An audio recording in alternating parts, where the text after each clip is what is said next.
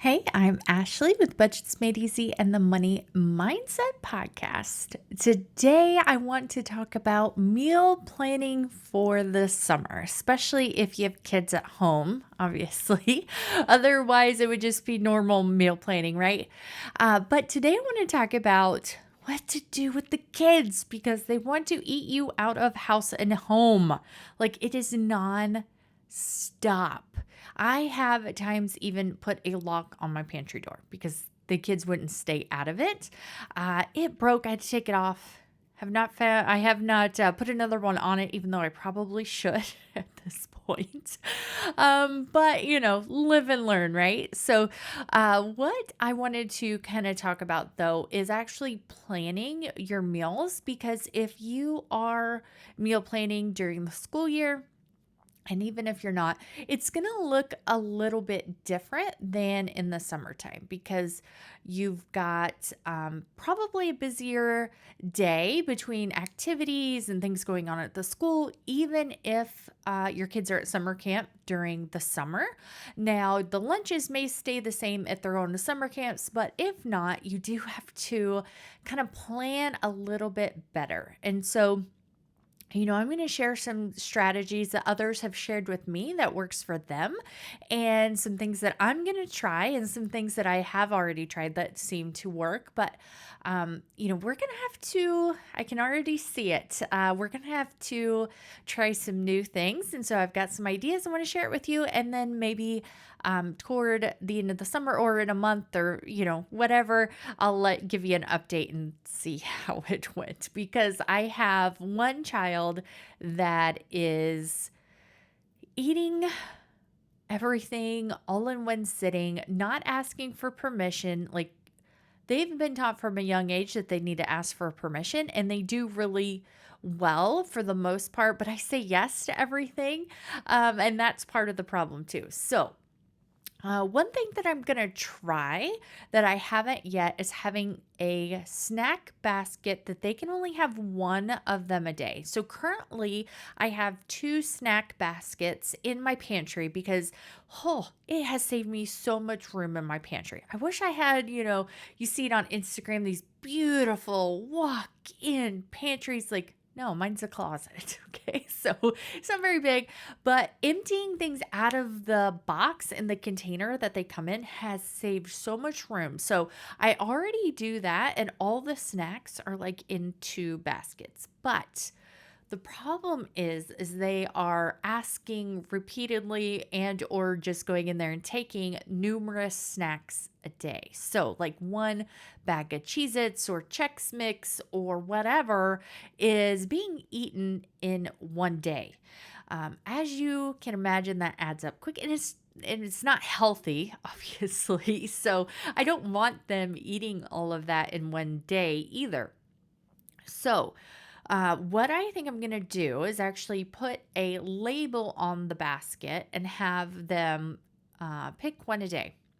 The other thing that I am thinking about doing as well is having them uh, go ahead and make their lunch or prepare, like go ahead and prepare their snacks that they can have in one water bottle. And I believe I get this idea from Jennifer from, oh my gosh, I forgot the name of her blog. Intentional Mom. Intentional Mom. She talked about, I'm pretty sure this came from her, but she is a homeschooling mom of 9, I think. Some of her older ones have already, they're older, they've moved out, I think married kids. But she still has, I want to say it, maybe like 6 or 7 still at home. But she has them go ahead and like pack their lunch, like they're going to school, even though they homeschool. And so I really like that idea, keeping them in that routine.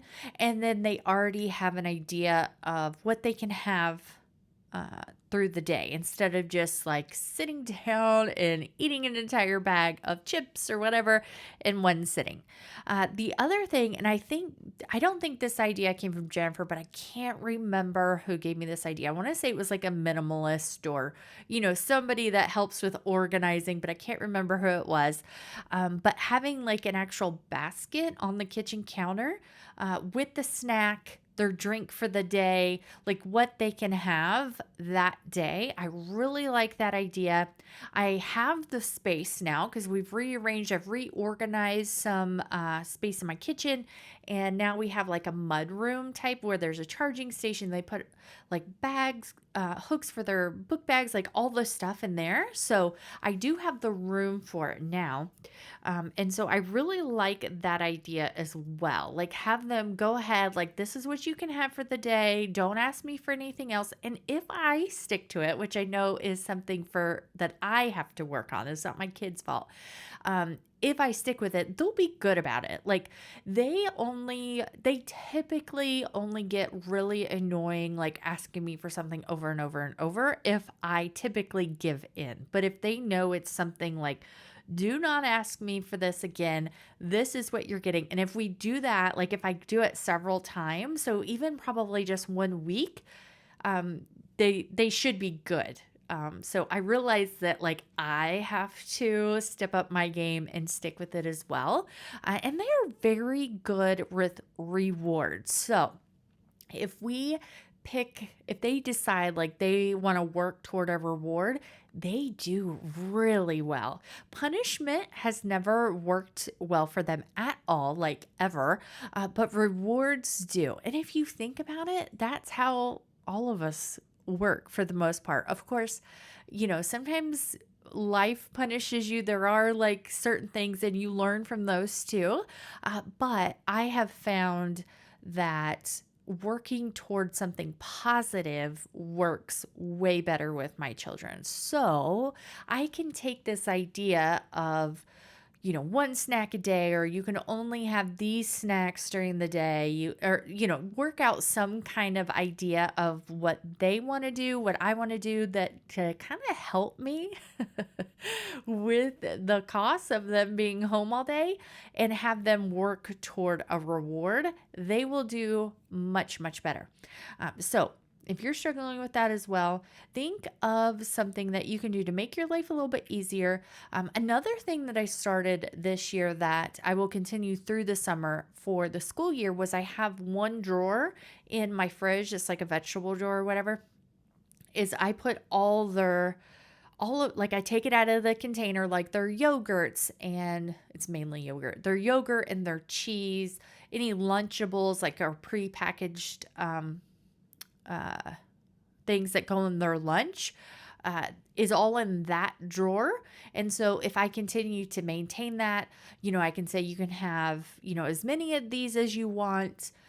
And as long as you've had one of those, then you can have one snack that's not as good for you or whatever. Because, of course, if you let the kids decide, they will eat nothing but junk all day.